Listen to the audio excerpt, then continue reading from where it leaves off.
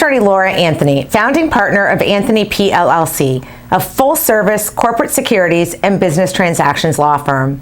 Today is the continuation in a LawCast series talking about the boom in SPAC IPOs in advance of M&A buying opportunities. The SPAC IPO process is the same as any other IPO process. That is, the SPAC files a registration statement on Form S-1 that is subject to a comment, review, and amendment process until the SEC clears comments and declares the registration statement effective. Concurrent with the S-1 process, the S-1 will either have applied for a listing on a national exchange or, following the closing of the offering, will work with a market maker who will file a Form 211 application with FINRA to receive a trading symbol to trade on the OTCQX.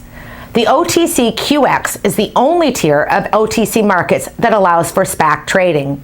Also, although both NASDAQ and the NYSE have proposed SPAC eligibility rule changes over the years, as of now they remain the same for any other company seeking a listing as part of an IPO.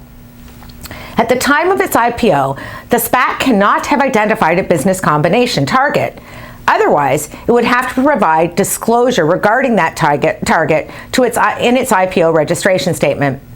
Moreover, most SPACs, or even all, will qualify as an emerging growth company and will be subject to the same limitations on communications as any other IPO for an emerging growth company related to testing the waters and public communications during the IPO process.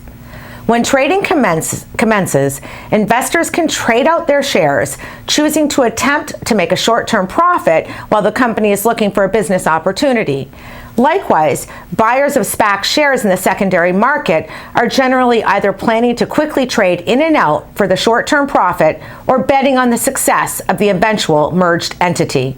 If the deal is not closed within the required time period, the holders of the outstanding shares at the time of liquidation receive a distribution of the IPO proceeds that have been held in escrow.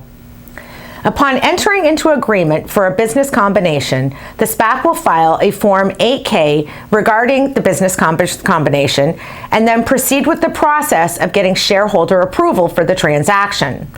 The SPAC must offer each public shareholder the right to redeem their shares and request a vote on whether to approve the transaction. Shareholder approval is solicited in accordance with Section 14 of the Exchange Act, generally using a Schedule 14A, and must include delineated disclosures about the target company, including audited financial statements.